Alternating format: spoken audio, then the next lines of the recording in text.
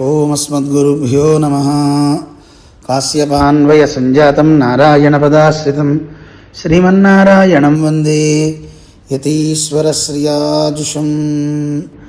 యో నిత్యమచ్యుతపదాంబుజయుగ్మరుక్మ వ్యామోహతస్తదితరాణి తృణాయమేనే అస్మద్గురోర్భగవతోస్య దయేకసింధోః రామానుజస్య చరణౌ శరణం ప్రపద్యే. జై శ్రీమన్నారాయణ. భగవద్బంధువులారా, గోదాదేవి యొక్క వైభవాన్ని మనం తెలుసుకుంటున్నాం. ఈరోజు చాలా విశేషమైనటువంటి అమ్మవారి వైభవాన్ని మనకు అందిస్తున్నారు వేదాంత దేశికులు. అమ్మ తల్లి, నువ్వు ఎంత గొప్పదానివో. లోకంలో ఎవరైనా సరే చూడండి, వీడు తప్పులు చేసినవాడు, వీడిని రక్షించడానికి వీల్లేదు అనేవాళ్ళు ఎక్కువ మంది అనుకుంటారు. కానీ ఎన్ని తప్పులు చేసిన వాడినైనా సరే రక్షించే బాధ్యత భగవంతుడికి ఉంటుంది. ఎందుకంటే ఆయన భగవంతుడు. కావాలని ఏ మనిషి లోకంలో తప్పులు చేయడు కదా. కానీ తప్పులు చేస్తున్నాడంటే వాడి ప్రారంధవశం కావచ్చు. ఎందుకంటే మనం చేసుకున్న కర్మానుగుణంగా ఆ కర్మం అన్నట్టు ప్రవర్తింపచేస్తూ ఉంటుంది. అందుకే మనం భగవంతుడిని శరణాగతి చేస్తే కర్మ కన్నా బలీయమైన వాడు భగవంతుడు కనుక మనల్ని మంచి మార్గంలో పెడతాడు. ఒకవేళ అలా చేయకుండా మనం ఎటు పడితే అటు తిరుగుతున్నాం, ఆ కర్మమన్నీ ఏదో రకంగా ఇబ్బంది పెడుతుంది, చెడు పనులు చేస్తున్నాం. అమ్మని ప్రార్థించండి. అమ్మ క్షమాగుణం కలిగినది. ఆ తల్లి యొక్క అనుగ్రహం కలిగితే పరమాత్మ మనని ఎలా అనుగ్రహిస్తాడని చెప్పేటటువంటి ఒక అందమైన శ్లోకం వేదాంత దేశికుల వారు మనకి అందిస్తున్నారు. ఇది అమ్మవారికి శిష్యుడుగా భక్తుడిగా ఉన్న వేదాంత దేశికుల వారికి ఒక సంవాద రూపంలో, అంటే అమ్మతో మాట్లాడుతున్నట్లుగా మనకు కనిపిస్తూ ఉంటాయి. ఒకసారి ఆ శ్లోకాన్ని తెలుసుకుందాం. ఓమస్మద్గురుభ్యో నమః. జాతాపరాధమపి మాం అనుకంప్య గోదే గోప్త్రీ యది త్వమసి యుక్తమిదం భవత్యాః వాత్సల్య నిర్భరతయా జననీ కుమారం స్తన్యేన వర్ధయతి దష్టపయోధరాపి. ఓం అస్మద్గురుభ్యో నమః. ఏమంటుందమ్మ ఇందులో? అమ్మవారి యొక్క వైభవాన్ని తెలియజేస్తూ అమ్మ వేదాంత దేశికులతో ఎలా ప్రశ్నిస్తుంది, ఎలా అమ్మ తన మీద అనుగ్రహాన్ని చూపడానికి వాల్లభ్యాన్ని చూపిస్తుందో ఈ శ్లోకం మనకి తెలియజేస్తుంది. గోదాదేవితో అంటున్నారు, గోదే, ఓ గోదాదేవి, నన్ను అనుగ్రహించు. ఎందుకు నిన్ను అనుగ్రహించాలి అని అడిగిందట అమ్మవారు. త్వం జాతాపరాధమపి. అమ్మా, నువ్వు సామాన్యురాలివి కాదు తల్లి. జాతాపరాధమపి, నేను అపరాధాలను చేసిన వాడిని. ఎలాంటి వాడిని అంటే తెలిసి కూడా తప్పులు చేస్తున్నాను నేను.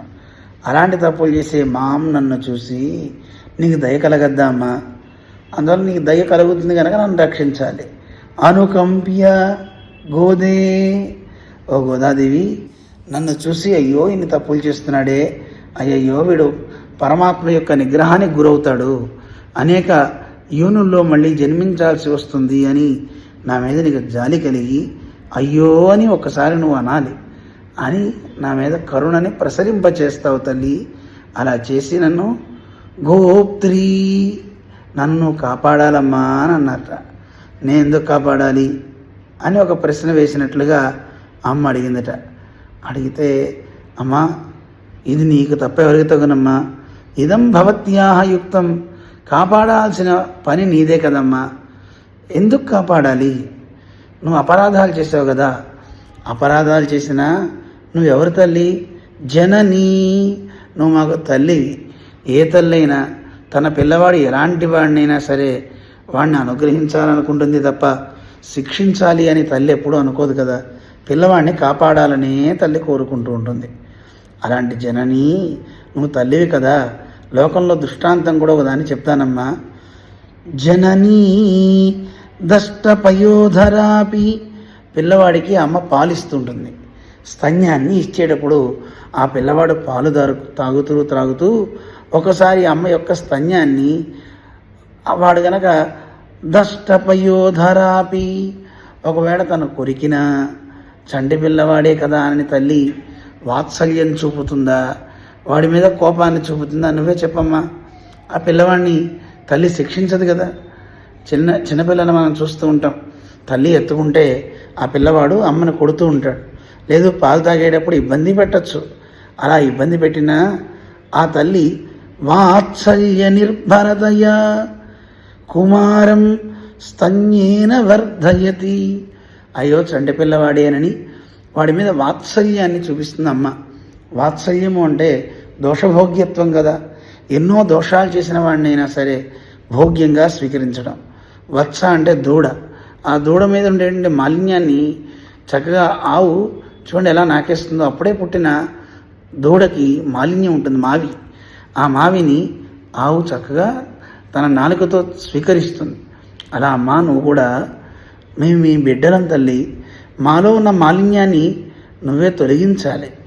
ఎందుకంటే ఒక తల్లి తన పిల్లవాడి మీద ఎలా వాత్సల్యం అనేటువంటి ఒక గుణం చేత కుమారం స్తన్యేన వర్ధయతి.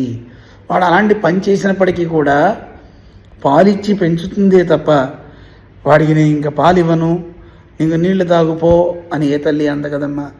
తల్లి రక్షిస్తుంది కదా. అలాగే నువ్వు కూడా మమ్మల్ని అనుగ్రహించాలి తల్లి. మనకి యామునాచార్య స్వామి కూడా చక్కగా ఇలాంటి ఓ అందమైన భావాన్ని వారు మనకు అందించారు. బహుశా ఆ యామునాచార్య స్వామి ప్రభావం వేదాంత దేశకుల వారి మీద మనకి ప్రభావం చూపినట్టుంది. మన పూర్వాచార్యుల యొక్క గ్రంథాలన్నీ చదివేవాళ్ళు ఆ ఉదాహరణలనే చక్కగా తీసుకుంటూ ఉంటారు. కానీ కొత్త కొత్త ప్రయోగాలు చాలా అందంగా కనిపిస్తుంటాయి. ఎందుకంటే నిరాశకస్యాపి నతావదుత్సహే అంటూ యామునాచార్య స్వామి అందిస్తూ, హే భగవన్, మేమంతా నీ సంతానమయ్యా, నువ్వు మమ్మల్ని చీదరించుకొని తోసేస్తే ఎలాగూ? వృషా నిరస్తోపి శిశుస్తనందయోహో. తల్లి కోపం వచ్చి పిల్లవాడిని నెట్టేస్తే ఆ పిల్లవాడు ఎక్కడికి పోతాడు? పాలు తాగే పిల్లవాడు ఆ తల్లి యొక్క పాదాలని చరణౌ జిహాసతి, ఆ పాదాలని వదలట్ట, అలాగే పట్టుకుంటాడట. తల్లి దూరంగా నెట్టేసిన తల్లి వైపే పాకుతాడు. తల్లి కొట్టినా మళ్ళీ తల్లి వైపే చిన్నపిల్లవాడు వెళ్ళిపోతాడు. అంటే ఆ తల్లి తప్ప ఎవరున్నారండి ఈ లోకంలో? ఎవరైనా చూడండి, నడిచి వెళ్ళేవాడు జారిపడి కింద పడ్డాడు అనుకోండి, వాడు భూమి మీదే పడతాడు. అలాగే భగవంతుడా, నీ నుంచి గనక నేను దూరం అయితే పడేది మళ్ళీ నీ పాదాల మీదే. నాకు ఇంకో ఆలంబనం లేదు, నాకు ఇంకో రక్షకులు లేరు, నువ్వే నాకు ఉపాయము అని ఎలా తెలియజేశారో అలా ఇందులో మన వేదాంత దేశకుల వారు, అమ్మా నువ్వు నాకు తల్లివి, నీ వాత్సల్య రసాన్ని నాకు చక్కగా ప్రసరింప చెయ్యని తెలియజేసిన అందమైన శ్లోకం. ఒకసారి శ్లోకాన్ని అనుసంధానం చేసుకుని మనం పూర్తి చేసుకుందాం. జాతాపరాధమపి మాం అనుకంప్య గోదే గోప్త్రీ యది త్వమసి యుక్తమిదం భవత్యాః వాత్సల్య నిర్భరతయా జననీ కుమారం స్తన్యేన వర్ధయతి దష్టపయోధరాపి. ఓం అస్మద్గురుభ్యో నమః. జై శ్రీమన్నారాయణ.